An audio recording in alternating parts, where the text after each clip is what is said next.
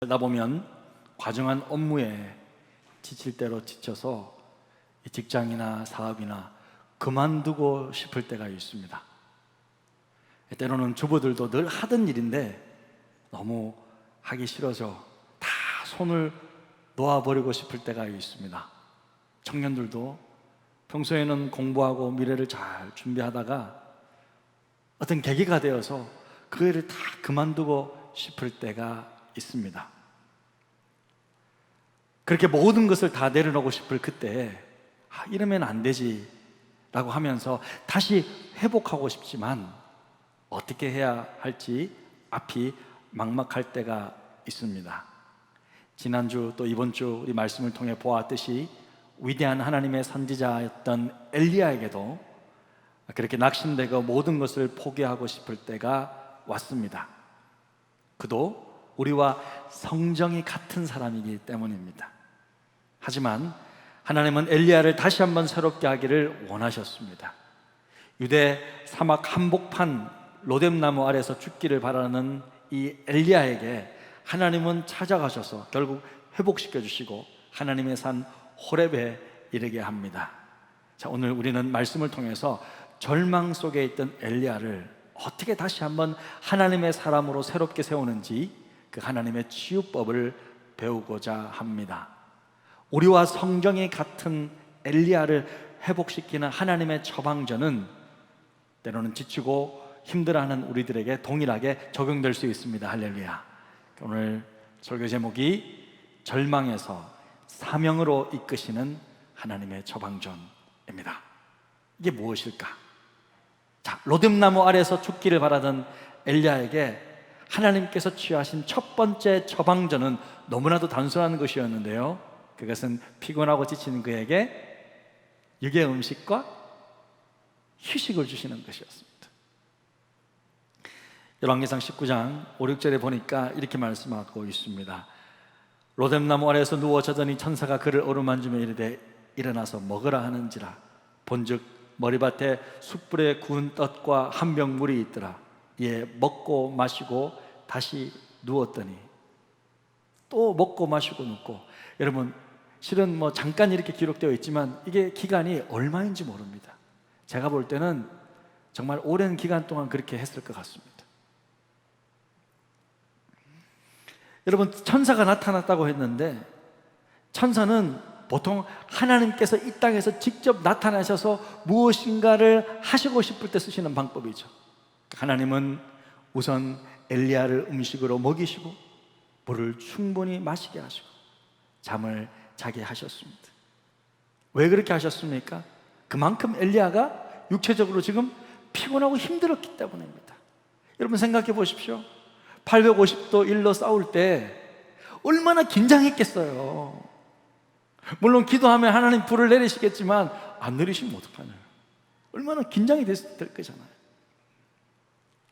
그리고 여러분 승리한 다음에 어떻게 합니까? 곧바로 또 꼭대기 올라가서 간절히 비가 내리기를 기도하잖아요. 안 내리면 어떡하냐고. 안 내리면 그러니까 간절히 7번씩이나 기도하잖아요. 얼마나 열심히 기도했겠어요. 그리고 비가 딱 내리자마자 아합보다 먼저 더 달려갑니다. 이렇게 육신이 피곤한 상태에서 이세벨이 죽이겠다고 협박편지를 딱 보내니까 갑자기 이 영적으로도 딱 낙심이 몰려왔던 것입니다. 북이스라엘의 선지자가 어디까지? 남쪽 끝 브엘세바까지 급히 왔습니다. 그것도 모자라 사안을 두고 혼자서 광야길을 하루 종일 걸어갑니다. 마침내 로뎀나무 아래서 쓰러져 버렸습니다. 얼마나 육신이 피곤했겠습니까? 얼마나 지쳤겠습니까? 여러분, 이럴 때는 어떻게 해야 합니까? 자야 합니다. 밥 먹고 자야 합니다. 고기 먹고 비타민C 좀 먹고 푹 자야 합니다. 물도 푹 충분히 마시고. 하나님의 사람들에게 왜 영적인 탈진과 슬럼프가 찾아오는 것입니까? 많은 경우 여러분 그것은요, 우리의 육신과 관계가 있는 거예요. 우리 육신과. 왜? 우리가 육신을 가진 존재잖아요. 인간이잖아요. 우리는 영적인 존재만은 아니잖아요. 영과 육신이 결합되어 있는 존재잖아요. 연결되어 있다는 거죠. 너무 피곤하면 이렇게 탈진이 올 수 있습니다.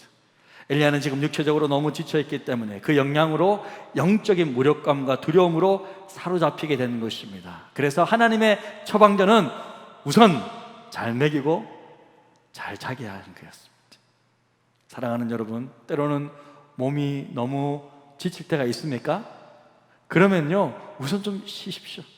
식사 잘 하시고 좀 푹 쉬십시오. 그게 우선입니다. 휴가도 가지시고 긴장도 좀 푸시고 모처럼 가족들과도 충분한 시간을 보내십시오. 남편들 일 마치고 집에 들어오면요, TV 보잖아요. 밥 먹고 나서. 그게 여러분 꼭 TV를 보고 싶어서 그런 것이 아니라 그냥 여러분 TV 틀어놓고 좀 멍 때리고 싶은 거예요. 이해해 주셔야 돼요. 그것마저도 막 하고 날 당신은 집에 와자마자 TV 보고 나한테 잘했냐고 인사도 안 하고 그러면요, 피곤해. 그러지 마시고 이제 조금 내비두시죠. 주부들도 가사일 때문에 너무 이게 힘들 때가 있습니다. 아내들도. 그래서 힘들 때는요, 빨래만 보기만 봐도 멀미가 난대요.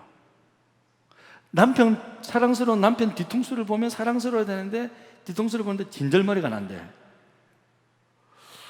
그래서 평소 때는 같이 밥 먹는 게 좋았는데 나중에 살다 보면 저 인간은 왜 맨날 집에서만 밥을 먹냐, 화가 올라온대. 어떤 사람은요, 집에서 한 끼도 안 먹는 누구? 제로 영식님. 영식님도 있다는데 한 끼도 안 먹는 사랑스러운 남편도 있다는데 이분은 세 끼를 다 챙겨 드시니까 고통스럽다는 거. 자, 이럴 때는 서로가 휴식이 필요한 것입니다. 휴가가 필요한 것입니다. 여러분, 제가 잘 아는 어떤 한 목사님은요, 이제 신학교 졸업하고 잠깐 인턴 기간 거쳐서 이제 목사 안수 딱 받자마자 한 시골에 있는 교회를 3년 동안 이 단독 목회를 하셨습니다. 그런데 3년 딱 하시자마자 원인 모를 병으로 이분이 거의 다 죽어가게 된 거예요. 눈이 흐릿흐릿해서 보이지 않고 온몸에 힘이 없고 어지럼증이 너무 심해서 정상적인 생활을 하실 수 없게 되셨습니다. 그런데 이 목사님에게, 이 김 목사님인데, 이 김 목사님에게 좋은 선배 목사님, 선교사님 한 분이 계셨어요. 남원공에서 선교하시는. 근데 이제 그 남원공의 선교 목사님 급히 불렀어요. 김 목사, 잠시 교회 그만두고 나한테 와라. 그래서 무슨 일인가 싶어가지고 다짜고짜 계속 이야기를 해서 평소 때 잘 따르던 선배 목사님이라 잠깐 사역을 그만두고 이제 남아오게 가셨는데, 목사님께서 하시는 말씀이, 자, 이제부터 아무것도 하지 말고 밥 줄 테니까 밥 먹고 자라 그랬대요. 밥 먹고 자라고. 그래서 정말 김 목사님이 6개월 동안 밥만 먹고 잠만 잡으셨대요. 밥 먹고 좀 멍 때리고 있다가 또 자고, 또 일어나면 또 밥 먹고 동네 한 바퀴 돌고 또 자고, 그렇게 하셨대. 진짜로. 진짜 밥만 먹고 잠만 주무셨대. 알고 보니까 이 김 목사님이요, 3년 동안 이 단독 목회하는 동안 매일같이 새벽 예배를 다 인도했고, 수요일 설교하고 금요일 설교하고 주일 낮 설교하고, 시골이고 혼자밖에 없으니까 주일 낮 설교, 오후 성경 공부, 저녁 또 하고, 그 다음날 또 새벽 기도 설교하고, 또 신방가, 이렇게 3년 동안을 거의 하루도 못 쉬고, 설교가 너무 많으니까 이 잠자는 시간을 쪼개서 설교 준비하시고, 또 처음이니까 얼마나 의욕이 있겠어요. 그러면서 거의 잠도 못 주무시고 사역하다 보니까 3년 만에 완전히 그냥 원인 모를 병으로 그냥 알아놓으신 거예요. 이분의 말씀이 그래요.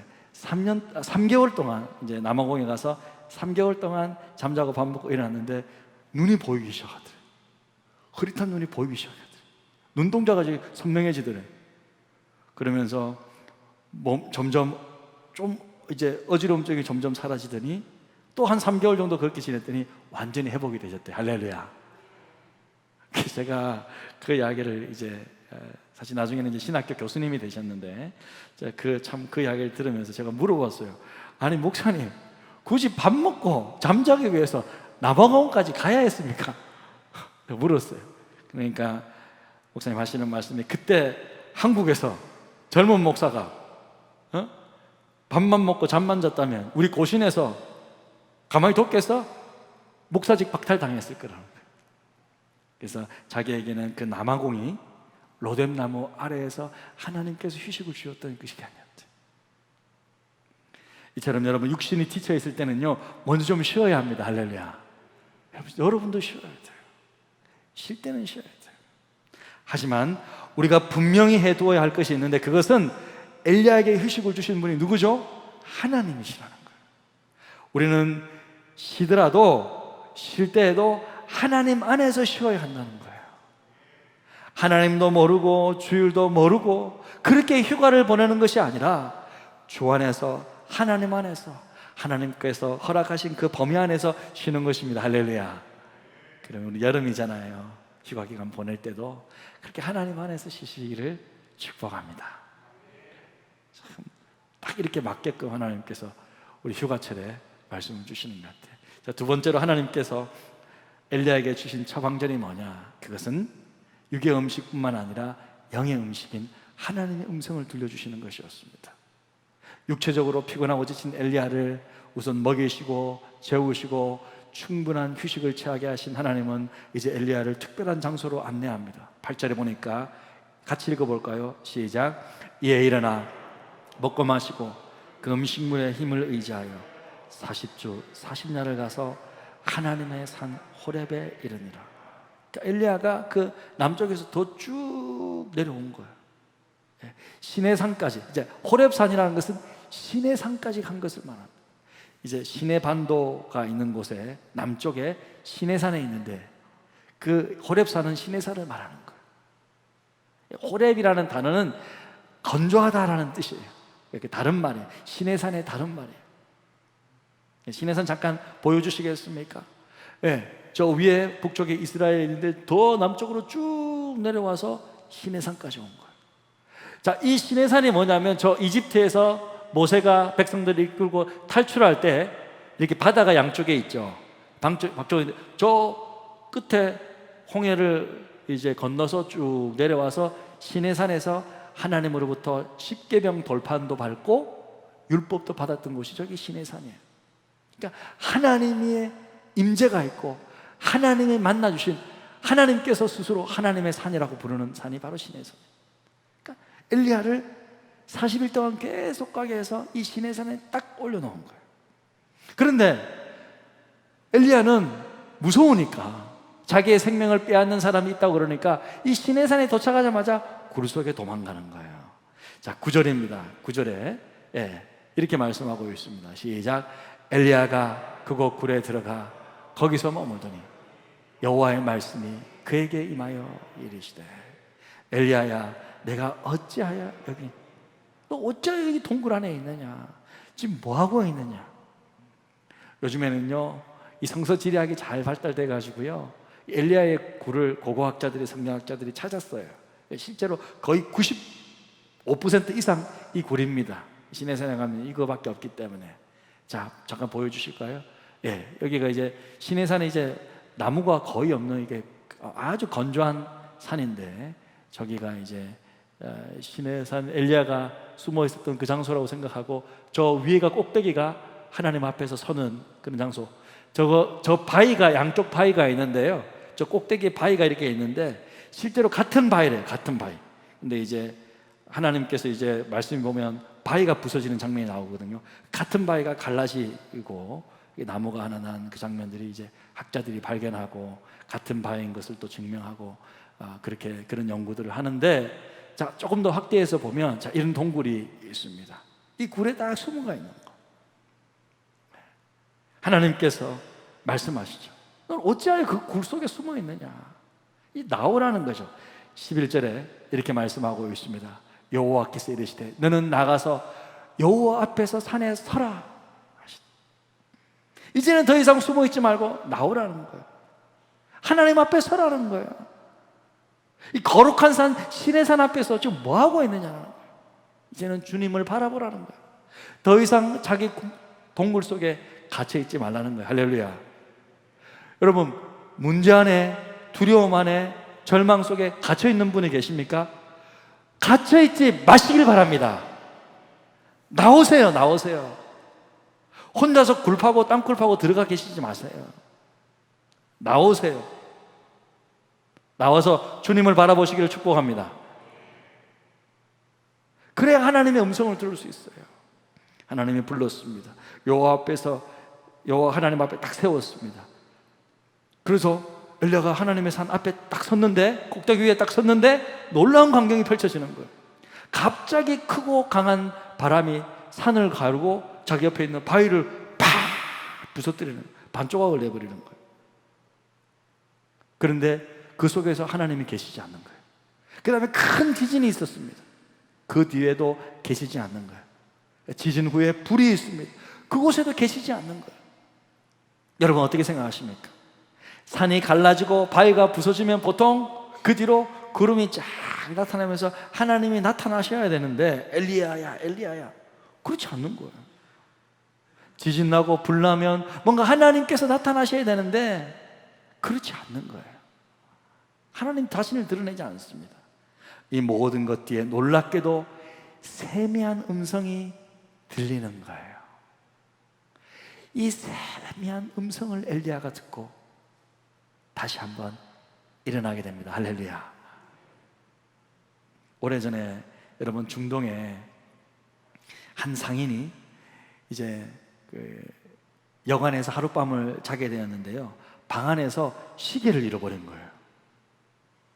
당시에는 시계가 너무 귀한 것이라서 꼭 찾고 싶은데 아무리 찾아도 찾지 못하는 거예요. 막 분주하게 이리 찾고 막 저리 찾고 하다 안 찾아지는 거예요. 그런데 다행히 이분이 믿는 분이라 가만히 침대 옆에 이제 앉아서 기도해야 되겠다는 생각이 들어서 조용히 무릎을 꿇고 기도하기 시작합니다. 조용합니다. 그런데 그 조용한 침묵 속에서 아주 작은 세미한 째깍 째깍 하는 소리가 들리는 거예요. 그 소리를 잘 들어보니까, 찾아가 보니까 책상 밑에 시계가 다 있는 거예요. 떨어져 있었던 거예요. 그걸 찾았대요. 여러분, 때로는 하나님은요 우리에게 세미한 음성으로 말씀해 주십니다. 할렐루야. 우리는 이 음성을 들을 수 있어요. 세상의 시끄러운 소리 말고, 바위가 부서지고 지진다는 그런 세상에서 막 요란한 막 그런 소리 말고, 그런 세상의 소리가 아니라 골방에서 혼자 조용히 기도하고 있을 그때에, 아무도 없는 이 성전에서 혼자 기도하고 있을 그때, 기도원에서 조용히 홀로 기도하고 있는 그 시간에, 남편 보내고 자녀들 이제 학교 다 보내고 이제 다 이제 결혼시켜서 보내고 집에서 혼자 거실에 남아있을 그때, 무릎 꿇고 기도할 때 조용히 말씀하시는 그 세미한 음성을 들을 수 있어야 합니다. 하나님 그때 말씀하실 수 있어요. 그때 말씀하실 수 있어요. 육의 음식을 먹고 육체가 회복된 엘리야, 이제 영의 음성인 하나님의 음성을 듣고 영적 회복을 누릴 수 있었습니다. 할렐루야. 자, 마지막으로 엘리야에게 주신 하나님의 처방전 세 번째는 뭘까요? 자, 첫 번째 육의 음식을 먹였죠. 그래서 육체를 회복시켰어요. 그 다음 영의 음성을 들려주셨어요. 그죠? 영의 음식이죠, 마치. 그래서 영적으로 살아나게 해주셨습니다. 딱 그렇게 하자마자 마지막으로 하나님께서 주시는 처방전은, 그것은 바로 구체적이고 명확한 사명을 딱 주시는 거예요. 하나님은 엘리야에게 아주 구체적으로 분명한 할 일을 주시는 거예요. 명확한 사명을 주시는 것이었습니다. 그것이 아까 여러분 우리가 다 읽었을 때 15절에서 17절까지 딱 기록되어 있는 건데요, 이 세 구절을 딱 요약해 보면 이거예요. 첫 번째, 아사엘을 아람의 왕으로 세우라. 열방의 왕을 세우는, 엘리야는 대단한 사람이죠. 두 번째, 예후를 이스라엘 왕으로 기름 부어 세우라. 세 번째, 엘리사를 너 후임자로 세우라. 딱 하나님은 엘리야에게 딱 회복하자마자 작전 명령을 딱 주시는 거예요. 사람은 여러분 할 일이 있어야 완전히 회복될 수 있는 것입니다. 할렐루야. 아무리 잘 먹고 휴식을 취하고 영적으로 막 기도하고 한다 하더라도 할 일 없으면 안 돼요. 교회에서 할 일 없으면 안 되잖아요. 사명 없으면 아무것도 아닌 거예요. 하나님은 구체적인 작전 명령 세 가지를 딱 주셨어요. 임무를 딱 주셨어요. 엘리야는 이 구체적인 사명을 받자마자 곧바로 작전 수행에 들어가게 됩니다. 정신이 번쩍 든 것입니다. 이처럼 하나님은 하나님 나라를 위하여 하나님의 사람들을 부르셔 구체적이고 분명한 사명을 부어주시고 주의 일을 계속해서 이어가게 하시는 것입니다. 여러분, 저에게도 그런 구체적으로 분명한 사명이 있었어요. 제가 2009년 7월에 하나님께서 저에게 어떤 사명을 주셨냐면요, 너는 남가주, 제가 이제 가주라는 것은 이제 캘리포니아 주를 말하는 건데 그걸 가주라고 말합니다. 남가주는 이제 서던 캘리포니아 남쪽에 있는 큰 가주를 말하는 건데 수천만 명이 살고 있는 곳이죠. 거기 이제 한인들도 많고 이제 청년들도 많이 살고 있는데 1.5세, 2세들 청년들이 있는데 저에게 어느 날 기도 가운데 교회에서 쫙 이제 기통에서 기도하고 있는데 너는 남가주의 청년들을 위해 교회를 세우라 그러시는 거예요. 그런 분명한 사명을 주셨어요. 그걸 가지고 이제 기도했고 결국 제가 이제 청년들을 위해서 교회를 한 10여 년 전에 개척하게 되었습니다. 힘들었어요. 하지만 교회가 계속 되어서 잘 조금씩 성장하게 되었었어요. 그런데 작년에 너는 조국교회, 한국교회를 위해 섬기기 위해 조국을 향해 가라는 거예요. 그런 명령이 제게 하달된 거예요. 굉장히 힘들었어요. 그리고 제가 받은 이 사명을 우리 미국에 있는 교회 형제자매들에게 다 나누었어요. 굉장히 힘들어하더라고요. 하지만 다 이야기 듣고 모두가 한 가정은 시험에 들어가지고 떠났어요.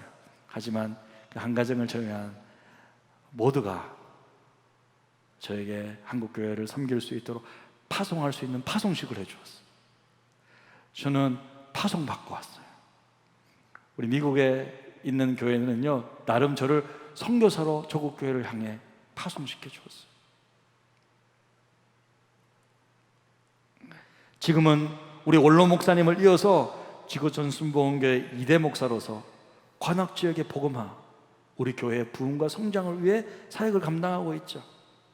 그리고 우리 교회에 주신 귀한 사명을 감당하기 위해서 하나님께서 우리 교회에 필요한 신실한 사역자들 다 보내주셨어요. 간사님들 보내주셨어요. 함께 동력해서 사역하고. 그래서 여러분, 일꾼에게는요 사명이 없는 것이 저주입니다. 일꾼에게는요 일감이 없는 것이 저주입니다.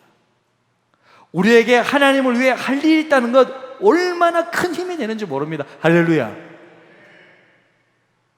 어떤 권사님은요 거의 매일 교회 오셔서 이런 일 저런 일 돕는 분이신데 코로나 때문에 교회를 못 오니까 집에만 있으니까 너무 힘드시더라는 거예요. 그래서 하루는 교회 와서 교육자들 직원들 위해서 점심을 딱 만들어 주셨는데 딱 먹었는데 너무 맛있는 거예요. 그래서 제가 너무 맛있네요 하니까 일주일에 거의 몇 번씩 오셔서 해주시죠. 힘드시면 하지 말라고 그랬는데 계속 해주시는 거예요. 그래서 이제 먹고 싶은 거 이야기만 하면 점심때 해주시려고 하시는 거예요. 할렐루야. 힘드시면 하지 말라고 그래도 어떻게 하든지 이분은 하나님께 쓰임받고 하는 거예요. 계속 일을 하시려고 그러더라고요. 우리 3부 예배 때는요 이 와중에도 찬양대가 섬기는 거 아십니까?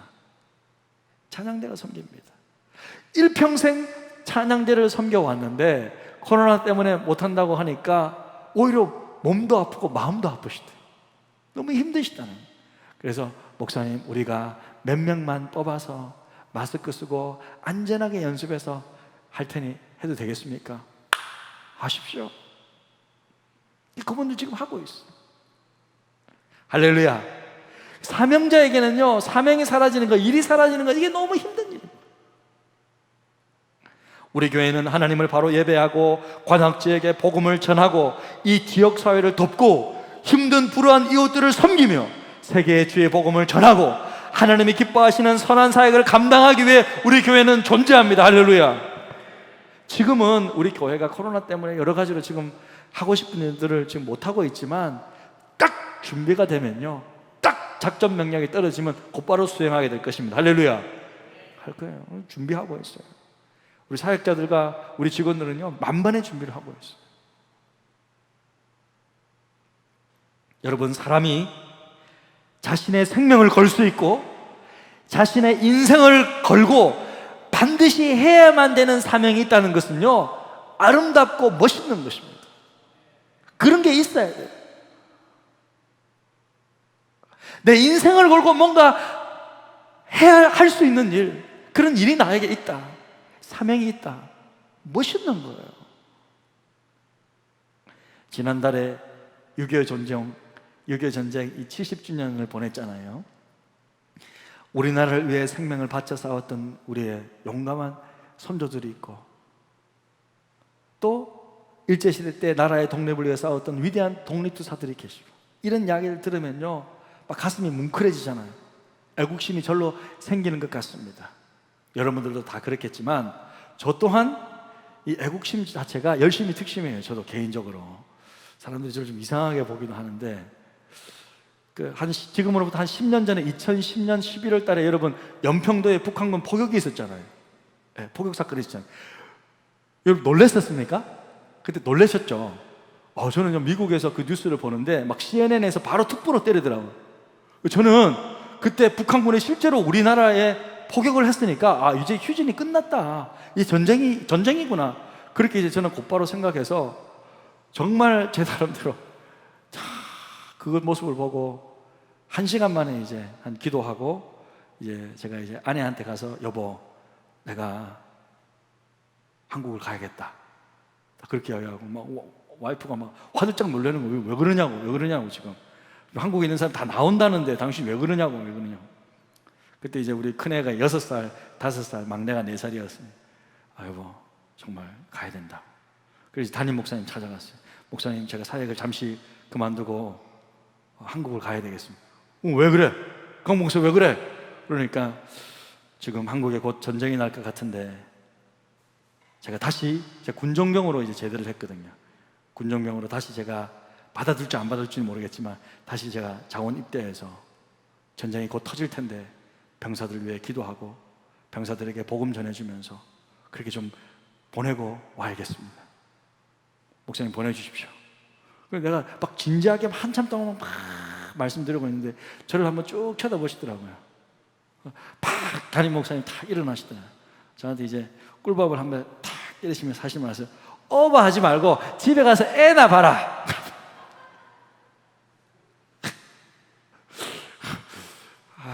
저 딸은 진지하게 막 이야기하고,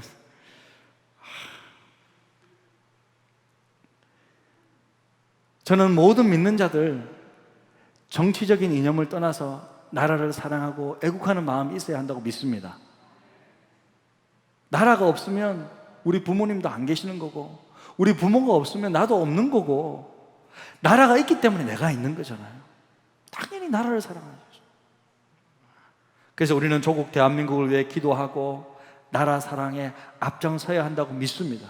그런데 나라를 위해 기도하고 충성하고 애국하는 것보다 더 중요하고 더 가치 있는 일이 있는데, 그것이 바로 하나님 나라를 위해 충성하고 영원한 나라, 이 땅에서도 하늘나라 가서도 천국에서도 영원토록 없어지지 않는 이 하나님 나라를 위해 충성하고 헌신하는 것입니다. 할렐루야. 여러분들도 그렇겠지만 저도 제 일보다 주님의 일이 더 중요합니다. 저는 주의 종이잖아요. 저는 주님의 말씀만 듣습니다. 제 뜻보다 주님의 뜻이 우선입니다. 제 감정과 생각보다 주님을 기쁘시게 하는 것이 더 우선입니다. 제 자존심 내려놓은 지 오래됐습니다. 제 가족과 함께 사는 것보다 주님의 사명 감당하는 것 훨씬 더 중요합니다. 주의 종이기 때문에 제 진심을 주께서 아시다고 저는 믿습니다. 대한독립 만세도 외쳐야 하고 조국 통일 만세도 외쳐야 하지만 그 이전에 하나님 나라 만세 외칠 수 있어야 되는 거예요. 우리는 왕국 건설, 하나님 나라 왕국 건설, 주님 나라 왕국 건설에 이바지하기 위해 하나님께서 불러주신 사명자들인 것입니다. 우리는 이 땅에서 사는 동안 하나님께서 우리에게 부탁하신 일들을 교회를 통해 함께 감당하며 이 땅에서 동력자로 함께 살아가는 것입니다. 누군가가 이런 말을 했죠. 노병은 죽지 않는다. 다만 사라질 뿐이다. 저는 이렇게 말하고 싶습니다. 사명자는 죽지 않는다. 사명자는 죽지 않는다. 다만 사라질 뿐이다. 사명자는 사명이 끝나면 사라지는 거예요.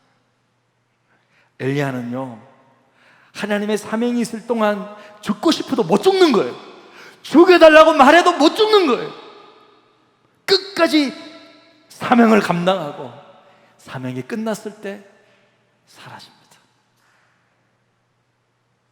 사랑하는 성도 여러분, 사명자로 살아갑시다.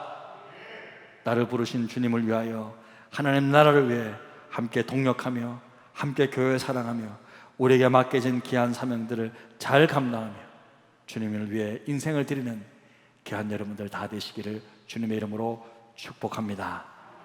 이것이 바로 엘리야를 절망에서 사명으로 이끄신 하나님의 놀라운 처방전입니다.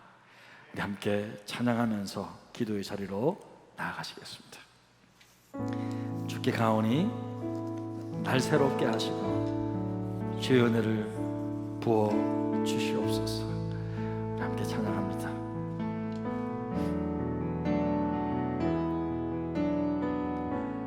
주께 가오니 날 새롭게 하시고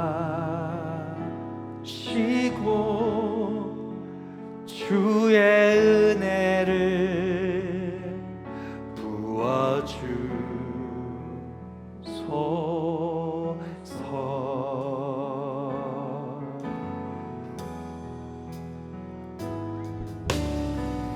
내 안에 밝혀나 나의 연약함 모두 벗어지리라.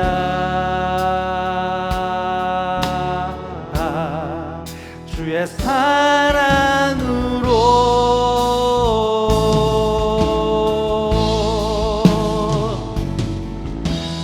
주 사랑 나를 붙드시고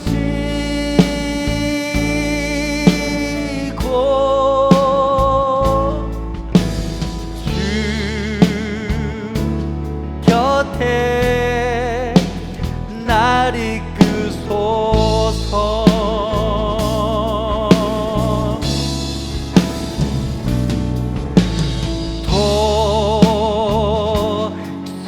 독수리 날개쳐 올라가듯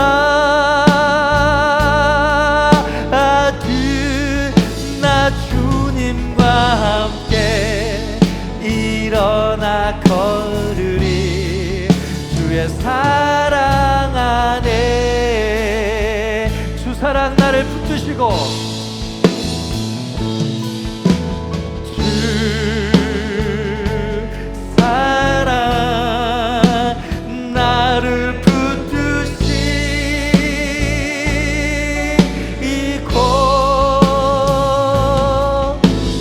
주 곁에 날 이끄소서.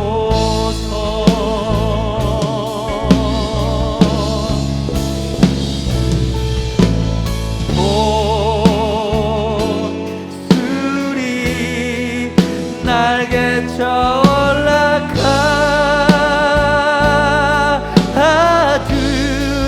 나 주님과 함께 일어나 걸으리. 주의 사랑